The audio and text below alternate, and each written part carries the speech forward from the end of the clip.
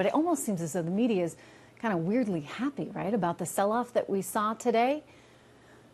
If so, I hate to burst their bubble, but we're still up on the Dow for the year. And the smart money knows this little blip today is temporary. The smart money knows and expects that Donald Trump is going to pull this one off.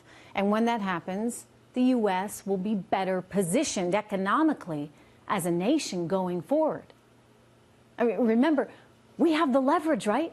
China buys way more from us than we do from them. Just go through the numbers. 2.5 times, basically. We are their #1 customer. Over $500 billion is how much we spend with them buying every year. So that means, hey, if we stop buying, they stop earning. This is our weapon. And this is a weapon the president is not afraid to use. Now we're negotiating with China, we're negotiating with Japan, we're negotiating with all of these countries that have just ripped off our country for years and years.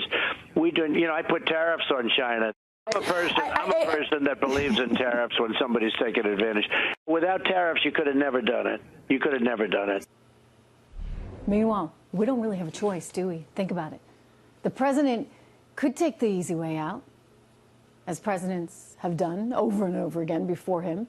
He could, sit back and play nice and say, hey, sure, China, steal what you want. We're just so happy to have you as, a partner and you and your billion-plus people as a market for us. That's certainly what most presidents have done over and over again. And by the way, this is not a partisan thing. They've all done it. Take a look at what we found. We have a far greater chance of having a positive influence on China's actions if we welcome China into the world community instead of shutting it out. I'm optimistic about China's future. Young people who grow up with the freedom to trade goods will ultimately demand the freedom to trade ideas. Earlier this year, I set up a new task force to aggressively go after unfair trade practices that harm our workers. And it's already delivering. Delivered, really? Yeah, right. Check out that trade deficit. I mean, how do you like that? It's all that. It's that kind of attitude that in so many ways has led to the trade problems that we have with China today. One of the smartest things this president has said is that we've been in a trade war for decades. It's just nobody talked about it, nobody knew it. Well, he's right. We have. And instead of fighting back, we've allowed China to prosper and prosper and prosper. I mean, look at this chart. It's amazing. I don't usually use charts like this, but this one I had to. You've got to see this. This is the economic output in China, going all the way back to the 90s, and it has skyrocketed. Look at that. Near 14 trillion. I'll tell you, we produce a lot. Our economy is still bigger, and certainly per capita, it's bigger. But our GDP chart over the years, going back to the 90s, it doesn't have a straight shot up. It doesn't look anything like that. Now, to be clear, I'm all for other economies growing. I'm all for other economies being prosperous. That is great. And I do believe if you have that freedom to trade, that does eventually translate to a freedom to exchange ideas. I don't begrudge China any success, but when they're growing off the hard work and off the intellectual capital of our American workers, that's a whole different story. China has gotten away with stealing as high as $600 billion in intellectual property from us every single year. I know, I've done the stories on it for many years. From logos to software, you name it, the Chinese have stolen it. And they'll keep on stealing it if left unchecked. Just remember, we have the upper hand in this one. A deal will happen. And though it may mean a little volatility in the markets in the near term, a market sell-off is a small price to pay for the sake of our future and our children's future. I, for one, I'm not willing to give up on being the world's largest economy so easily. I'm not okay with another country stealing it away from us. And I imagine neither are you. Joining me right now, someone who doesn't like the idea of China taking from us, China expert, author of The Coming Collapse of China, Mr. Gordon Chang. Gordon, good to have you back.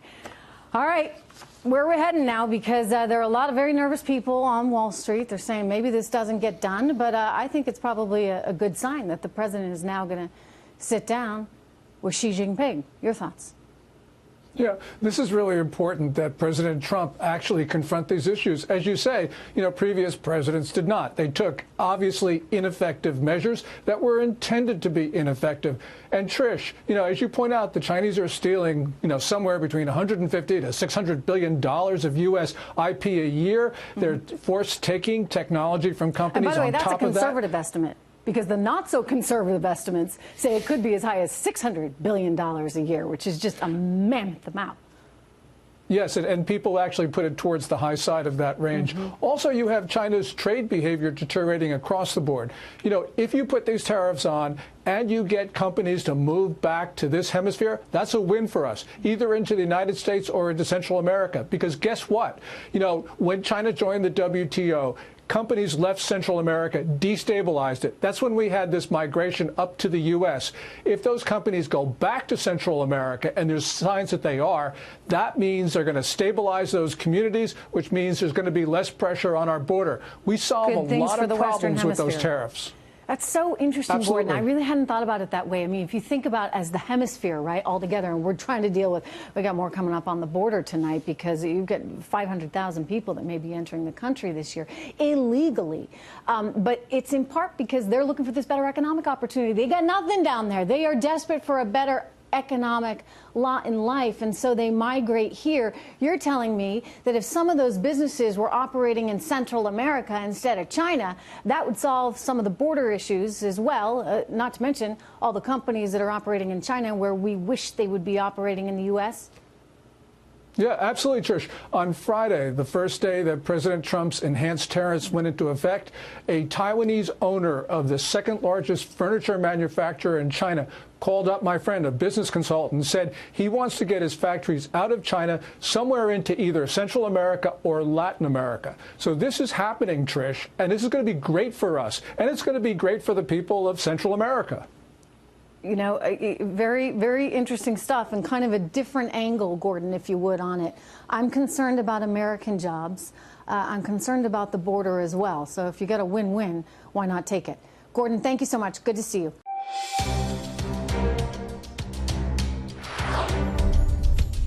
A recent commentary on Fox Business Network, which is part of the #1 news channel in America and the most influential cheerleader of White House policies, unsurprisingly embraced the U.S. government's economic war with China.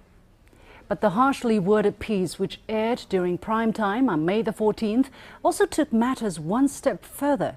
Host Trish Regan branded the U.S. trade imbalance with China as a weapon which the U.S. must use against China.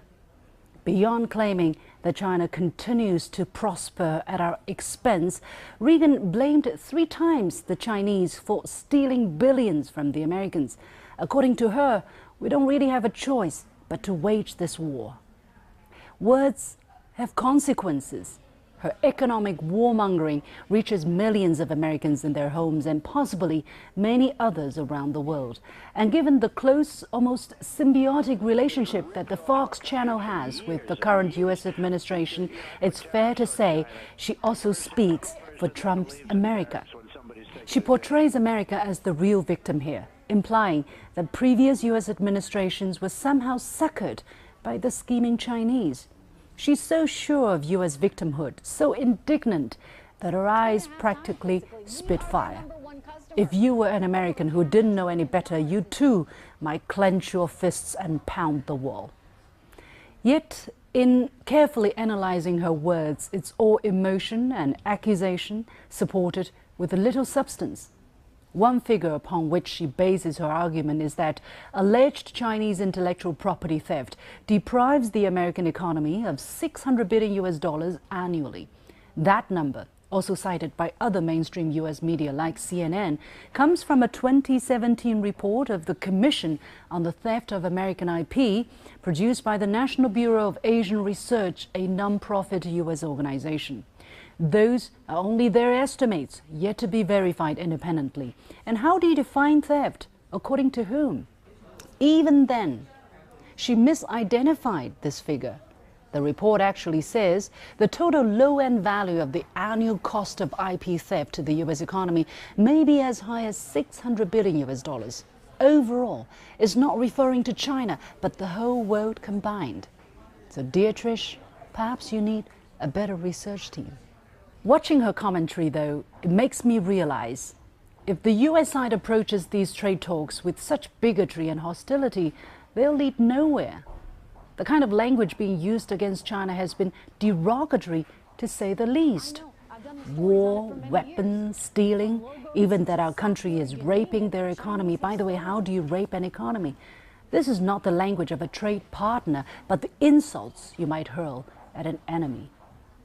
China has tried to hold its head high and refrain from such uncivil language, but it doesn't seem to make a difference.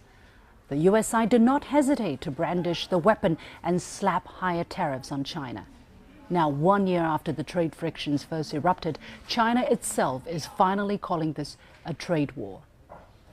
Can you negotiate with people who cross the line of decency? I don't think so. When they issue unreasonable demands, compounded by virtually pointing a gun at your head, in this case, of course, tariffs, even if you wanted to engage, you simply can't. The U.S. now admits or even brags about this approach. On May the 19th, in an interview broadcast on Fox, yes, that same channel, President Trump said he told Chinese President Xi Jinping, don't expect a 50-50 deal. It has to be a deal in favor of America.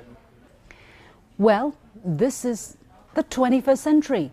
The days when you could arm twist a country to accept unequal treaties ended long ago. The Chinese people rejected such treaties back then and will do so today as well. For people like Trish, Regan, or anyone else who thinks that economics should be weaponized against China, they'll be disappointed. Two can play at that game. Nevertheless, China will remain the head out in the room. Unless the U.S. side returns to civility and treats China as an equal, it's impossible to pursue productive trade talks.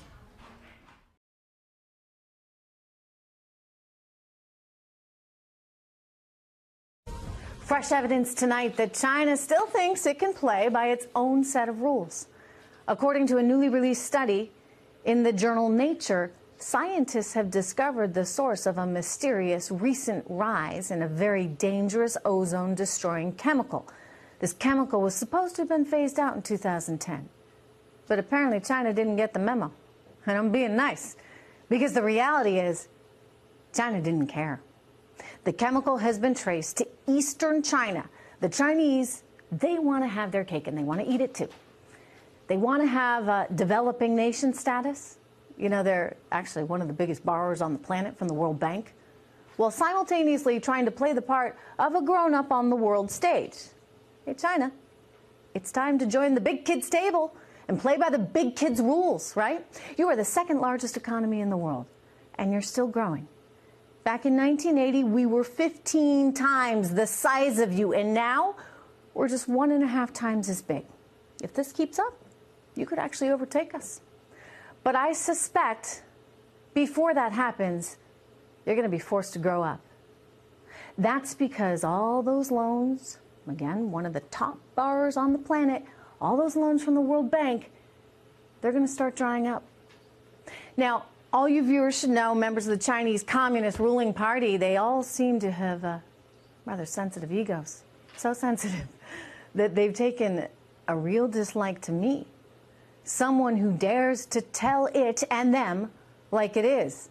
And this week, a state media news presenter named Lu Xin launched a personal attack on me. Watch. She's so sure of U.S. victimhood, so indignant that her eyes practically spit fire. If you were an American who didn't know any better, you too might clench your fists and pound the wall. Wow, my eyes? They spit fire? My fists? Oh dear. Not quite. But you know what? I'm going to take it as a compliment. She says I'm emotional. Yeah, I get a little emotional. I'm proud to show my emotion when I'm confronted with a reality that will be bad for Americans. But hey, the truth hurts, right? Watch how this woman, Ms. Xin, hates to hear the truth about how much the Chinese Communist Party steals. One figure upon which she bases her argument is that alleged Chinese intellectual property theft deprives the American economy of $600 billion annually. And how do you define theft? According to whom?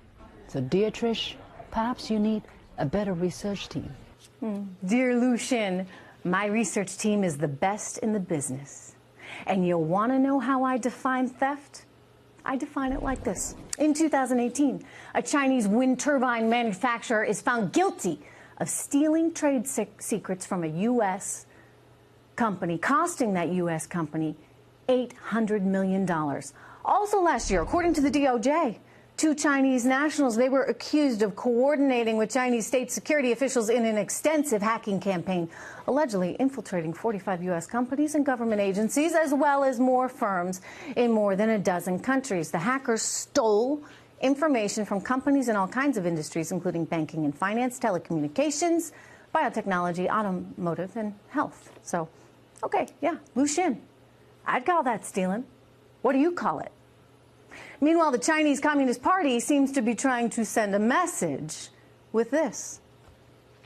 Can you negotiate with people who cross the line of decency? I don't think so. When they issue unreasonable demands, compounded by virtually pointing a gun at your head, in this case, of course, tariffs, even if you wanted to engage, you simply can't. Yeah, you can. I mean, it's not that hard. Don't overcomplicate it. All the U.S. is asking for is free, fair trade. 0 tariffs on your goods, 0 tariffs on ours. And no more stealing our stuff, okay? Is that really that hard? Can you really not understand that, well, we don't begrudge your economy the opportunity to grow, and grow you have been doing. We're okay with it. As so long as it's happening amid an environment in which U.S. workers are not punished. So I'll tell you what, Lu Xin, you seem like a nice enough woman. And even if you are just reading state propaganda written for you off a teleprompter by a member of the Communist Party, I would like to invite you to have an honest, live debate with me. A real discussion. You name the time.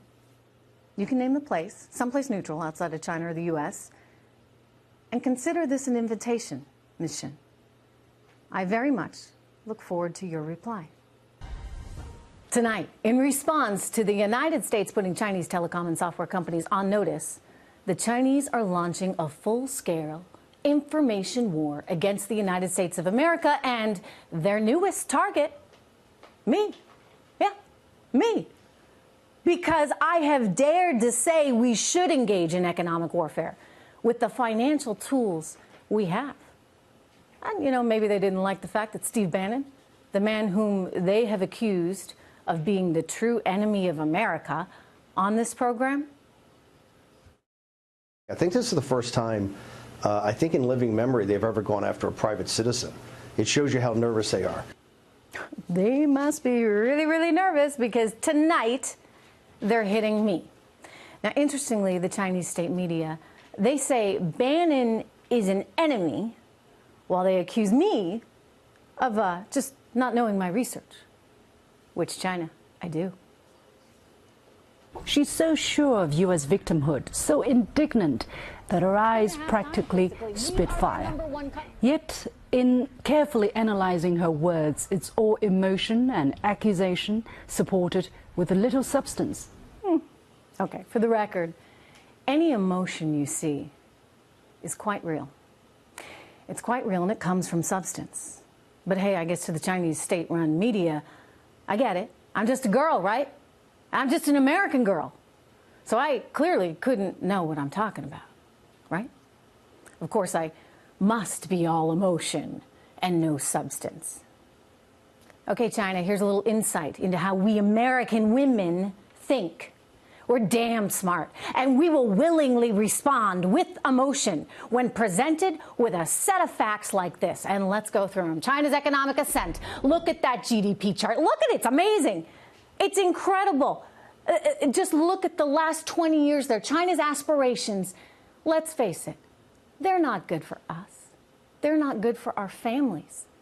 China wants to take our economic place in the world, and in doing so, will devastate our economy at the expense of our future and our families' futures. Meanwhile, if they're not calling me emotional, they're trying to scare people with the power they perceive me to have. Watch. Her economic warmongering reaches millions of Americans in their homes and possibly many others around the world. And given the close, almost symbiotic relationship that the Fox channel has with the current U.S. administration, it's fair to say she also speaks for Trump's America. Hey, quick side note, right? Is it like we're watching an Avatar or something there, right? That anchor is reading a script that seems, I guess, to have no emotion, because she doesn't seem to read it as though she's had any hand in writing it. State media. Anyway, I digress. The accusation is that I speak for Trump's America. Sometimes. Sometimes not. I'm not here to tout anyone's view but my own. I can only articulate what I personally believe is right for our country and the present situation vis-a-vis China. Not right for our country, and it cannot continue unless we're okay with them turning us into France while they become the United States. I don't think any of us would like that, but listen, here's a message for them. China, if you're fair with us, I suspect we will be fair with you. But don't think for 2 seconds that this nonsense of you taxing our goods while we allow yours to come into this country duty-free, don't think that's going to continue. Beyond claiming that China continues to prosper at our expense, Regan blamed 3 times the Chinese for stealing billions from the Americans. According to her, we don't really have a choice but to wage this war. For the record, I didn't say war. I said economic war. And we're in one. And we're winning it. Of course, we will, and we should, and we will fight to make world markets more fair. Fair for us. We deserve it. And yeah, the Chinese are stealing from us. They're stealing intellectual property. Do you know that they're stealing as much as $600 billion a year? That is a fact, and that is a lot of money. But worse than the annual effect, I'll tell you, is the long-term one. If we keep allowing them to poach what we have created, when does it stop? Right? Does it stop when the tables are reversed? When they've taken everything we have? China, listen up. You've picked the wrong fight here. Play fair, trade fair, or don't trade at all. Joining me right now, Baltic Capital Markets economist Catherine Rooney-Vera, and senior fellow and director for Chinese strategy at the Hudson Institute, and author of the 100-year marathon, Michael Pillsbury. It's good to see you both. Michael, I'm going to get to you in just a second, but Catherine, what, like, they're going after me? And saying I'm just emotional, no substance. Is a woman not allowed to have a point of view in China? Well, Trish, it's clear you're really getting to them. And let's face it, what the Chinese most fear, Trish, is re-election of Donald Trump in 2020. And if they indeed think, as you are, speaking truth to the masses and carrying the sway that you may have with the American voting populace, that's a real concern to the Chinese. What they least want is to deal with Trump, too. I mean, I have long thought, Trish, that in this negotiating round, what they're trying to do is drag their feet to get through to, and crossing their fingers, a Biden presidency so that they can renege on promises as they've done in the past. Right, because they get that big, long plan. We have a couple years that we can look forward out to, maybe 6 years, Michael. So knowing that they're playing the long game, and yeah, I think they're rattled. I think Catherine's right. I think why else are they suddenly attacking me? They're rattled, but they kind of want anybody but Trump in the Oval Office right now, don't they, Michael? Yes, I think that's right. They're counting on Biden. They also believe if Hillary had won, this whole thing would never happen with challenging China on its practices. Well, they're probably right on that, right? Probably never would have happened. Part of what they're doing also, Trish, I think you know this. You mentioned it's state-run media. This is Chinese Communist Party-controlled television. It's in English, so it's going worldwide.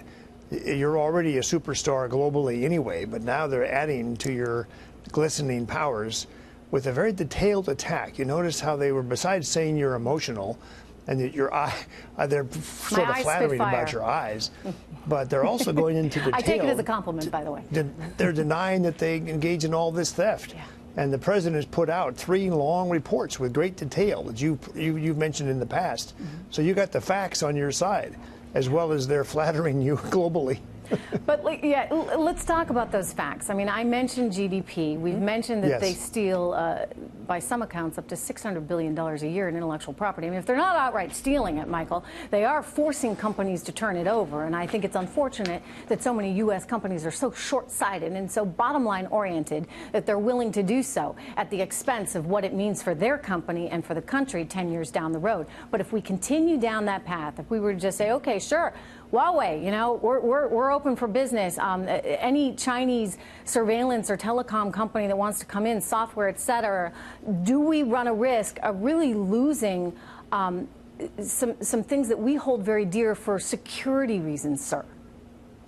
Well, we do. I think that's the point of the president's executive order last week on May 15th, where he didn't mention Huawei by name, but he described the number of entities that are engaging in subversion, theft, a various series of misconduct, and that they're going to be punished. And he's declaring an international economic emergency. Under our law, he can do that just for that particular thing. So when you praise the president, which you've done, that may be your greatest sin in the minds of the Chinese propaganda machinery. You're supporting President Trump's approach. But he's got so many reports now. I mentioned 3. There's actually a total of 5. Altogether, a couple thousand footnotes. The Chamber of Commerce just today has announced it's getting worse in Beijing. 20% of our companies now report forcible technology transfer requirements to get a bigger market. So the situation is not getting better. I thought we were close to a deal 2 weeks ago. I think the president did too. But when they reneged and took back a lot of major concessions, it's really opened up the floor now for this kind of name-calling back and forth. So yeah, I congratulate you. Well, look, I think it's a little odd that the state media would be targeting me. I think it's quite bizarre, frankly, but I hear you in that they're trying to push back against anything that might challenge them. Catherine, you know, there's another thing going on sort of worldwide here, and I'll just point this out before I let you guys go. I know, Catherine, you've followed Venezuela very closely. We have more of this story coming up later in the show, but the Chinese have also been very active down in Venezuela as well. So strategically, they have a lot of reasons to not like what this administration has done. Well, absolutely. And China unequivocally wants to be both a geopolitical and economic superpower, and they want to supplant the U.S. in that role. That's something that we've known for many decades. Trish, you and I know that since Bill Clinton, the U.S. has been complaining about IP theft. Let me add one more thing to put some substance to your own argument, is that the U.S. is coming from a very strong position in terms of negotiation power. The U.S. is growing at 1 percentage point above potential growth rates. We're growing at 3.2% versus potential growth of 2.2%. Inflation is at 1.5% versus a target of 2%. Tariffs are not going to completely dismantle this economic recovery. In fact, the impact is minuscule on economic growth. I hear you. No, I mean, people were so worried. They were so worried. And you know what? We're doing just fine. We're doing just fine, China. By the way, you might want to worry about your ozone layer over there. We just got reports today that China is responsible for some leakage into our ozone. Not good. Anyway, they're going to attack you again, Trish. I'm ready. You know it. Tonight, I have a special guest joining me all the way from Beijing, China, to discuss the challenges of trade between the U.S. and her home country. She's the host of a primetime English language television program overseen by the CCP, the Chinese Communist Party. And though she and I may not agree on everything, I believe this is actually a really unique opportunity. An opportunity to hear a very different view. Now, as these trade negotiations stall out, it's helpful to know how the Chinese Communist Party is thinking about trade and about the United States. Now, in the interest of transparency, I should explain that I don't speak for anyone but myself as the host of a Fox Business show. My guest, however, is part of the CCP, and that's fine. As I said, I welcome different perspectives on this show. With all that in mind, I'm very pleased tonight to welcome Ms. Liu Xin, host of the primetime opinion program, The Point with Liu Xin, to Trish Regan Primetime tonight. Now, just quickly to the viewers, please bear with us as we have a significant time delay in our satellites between Beijing and the U.S. And because of that, we're going to do our very best not to speak over each other. But Xin, welcome. It's good to have you here.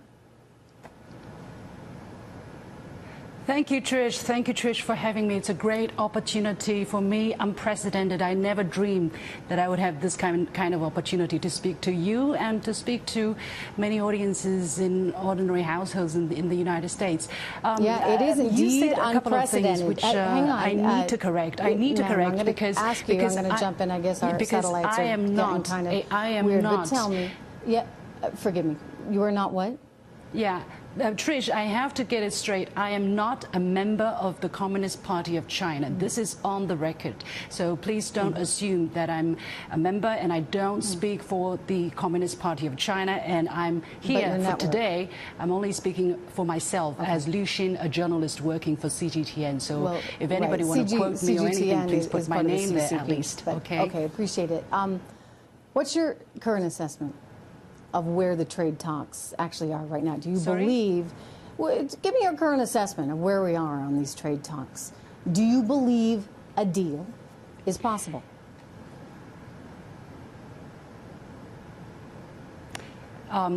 It is true that the satellite connection is not very good, but I believe that you're asking me where we are in terms of the trade negotiations. I don't know. I don't have any insider information. What I knew was the talks were not very successful last time they were going on in the United States, and now I think both sides are considering what to go next. But I think the Chinese government has made its position very clear that unless the United States treat the Chinese government, treat the Chinese negotiating team with respect and show the willingness to talk without using outside pressure, there is high possibility that there could be a productive trade deal. Otherwise, I think we might be facing a prolonged period of problems for both sides. And I would stress that trade wars are never good. They're not good for anyone. So I want to believe, Xin, I want to believe that something can get done. And these are certainly challenging times. I realize there's a lot of rhetoric out there. But let me turn to one of the biggest issues, and that's intellectual property rights. I mean, fundamentally, I think we can all agree it's never right to take something that's not yours. And yet, in going through so many of these cases at the Independent World Trade Organization, the WTO, that China's a member of, as well as the DOJ and FBI cases, you can actually see some of them on the screen right now. There's evidence there that China has stolen enormous amounts of intellectual property, hundreds of billions of dollars worth. Now, that's a lot of money, but truly, I guess we shouldn't really care if it's hundreds of billions of dollars or just 50 cents. How do American businesses operate in China if they're at risk for having their property, their ideas, their hard work stolen? Well, I think, Trish, you have to ask American businesses whether they wanted to come to China, whether they find coming to China and cooperating with Chinese businesses has not been profitable or not, and they will tell you their answers. As far as I understand, many American companies have been established in China, and they're very profitable, and the great majority of them, I believe, plan to continue to invest in China and explore the Chinese market. Well, now U.S. President Donald Trump's tariff makes it a little bit more difficult, makes the future a little bit uncertain. I do not deny that there are IP infringement, there are copyright issues, or there are piracy, or even theft of commercial secrets. I think that is something that has to be dealt with, and I think the Chinese government and the Chinese people, and me as an individual, I think there's a consensus because without the protection of IP right, nobody, no country, no individual can be stronger, can develop itself. So I think that is a very clear consensus among the Chinese society. And of course, there are cases where individuals, where companies go and steal, and I think that's a common practice probably in every part of the world. And there are companies in the United States who sue each other all the time over infringement on IP rights. And you can't say simply because these cases are happening that America is stealing. or China is stealing or the Chinese people are stealing. And basically that's the reason why I wrote that rebuttal, because I think this kind of blanket statement is really not helpful, really not helpful. Well, it's not just a statement, it's multiple reports, including evidence from the WTO. But let me ask you about Huawei, because that's certainly in the headlines right now. Sure, I don't deny those. No, I don't deny those. Right. I mean, you know, look, I think, as I said, we can all agree that if you're going to do business with someone, it has to be based on trust. And you don't want anyone stealing your valuable information that you've spent decades working on. Anyway, China passed a law in 2017 requiring tech companies to work with the military and the government. So it's not just individual companies, right, that might be getting access to this technology. It's the government itself, which is an interesting nuance. But I get that China is upset that Huawei is not being welcomed into the U.S. markets. I totally get it. So let me just ask you this. It's an interesting way to think about it. I think, what if we said, hey, you know, sure, Huawei, come on in. But here's the deal. You must share all those incredible technological advances that you've been working on. You got to share it with us. Would that be okay? I think it is, if it is through cooperation, if it is through mutual learning, if it is through, if you pay for the use of this IP, of this high technology, I think it's absolutely fine. Why not? We all prosper because we learn from each other. I learned English because I had American teachers. I learned English because I had American friends. I still learn how to do journalism because I have American copy editors or editors. So I think that's fine so long as it is not illegal. I think everybody should do that, and that's how you get better, right? But you mentioned something pretty important, which is that you should pay for the acquisition of that. And, you know, look, I think that the liberalized economic world in which we live has valued intellectual property, and it's governed by a set of laws. And so we all need to kind of play by the rules and play by those laws if we're going to have that kind of trust between each other. But I think you bring up some good points. Let me turn to China right now, which is now, wow, the second largest economy. At what point will China decide to abandon its developing nation status and, well, stop borrowing from the World Bank? Well, I think this kind of discussion is going on, and I've heard very live discussions about this. And indeed, there are people talking about China already becoming so big. Why don't you just grow up? Basically, I think you said it in your program as well. China grow up. Well, I think we want to grow up. We don't want to be, you know, dwarfed or poor, underdeveloped all the time. But it depends on how you define developing country, right? If you look at China's overall size, the overall size of the Chinese economy, yes, we are very big, the world's #1. But don't forget, we have 1.4 billion people. That is over 3 times the population of the United States. So if you divide the second largest overall economy in the world, basically when it comes down to per capita GDP, we're, I think, less than 1/6 of that of the United States, and even less than some other more developed countries in Europe. So you tell me, where should we put ourselves? This is a very complicated issue because per capita, as I said, is very small, but overall it's very big. So we can do a lot of big things, and people are looking upon us to do much more around the world. So I think we are doing that. We're contributing to the United Nations. We are the world's biggest contributor to the UN peacekeeping missions, and we're giving out donations and humanitarian aids and all of that because we know we have to grow up. And Trish, thank you for that reminder. Let's get to the tariffs. I've seen some of your commentaries too, and Shin, I appreciate that you think China could lower some of its tariffs. I watched you say that, and I'm totally in agreement with you. In 2016, the average tariff, effectively a tax, that was charged on an American good in China was 9.9%. Now, that was nearly 3 times what the U.S. was charging.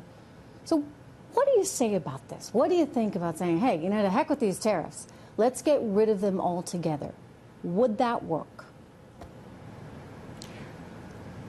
I think that would be a wonderful idea.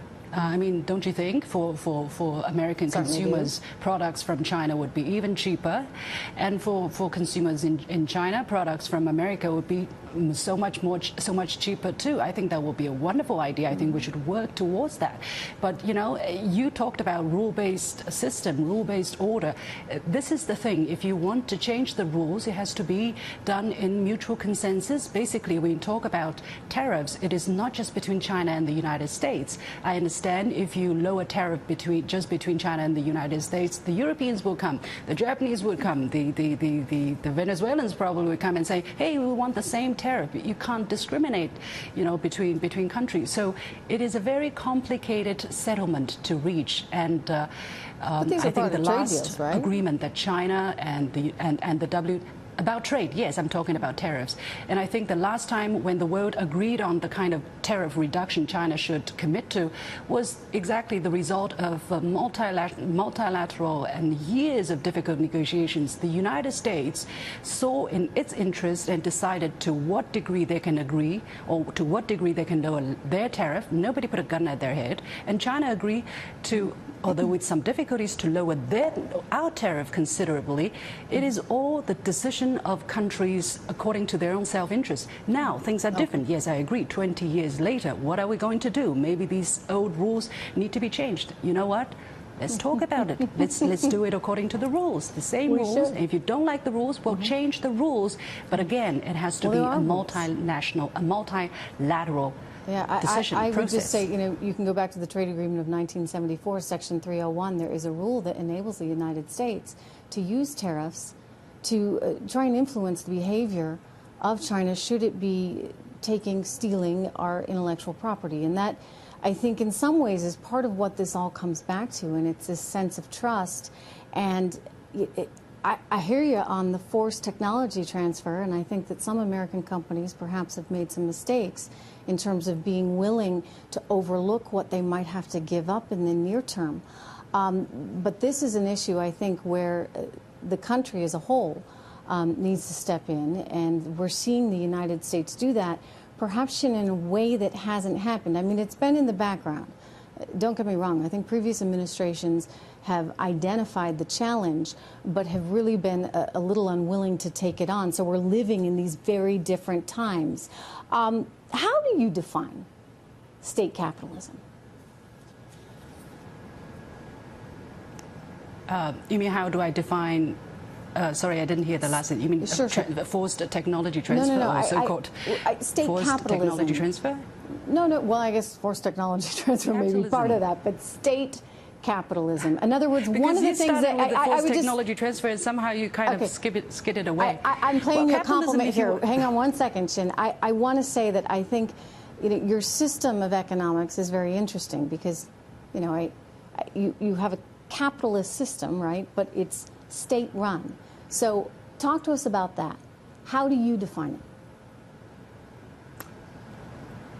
Well, we would like to define a socialism with Chinese characteristics, where market forces are expected to play the dominating or the deciding role in the allocation of resources. Basically, let the market.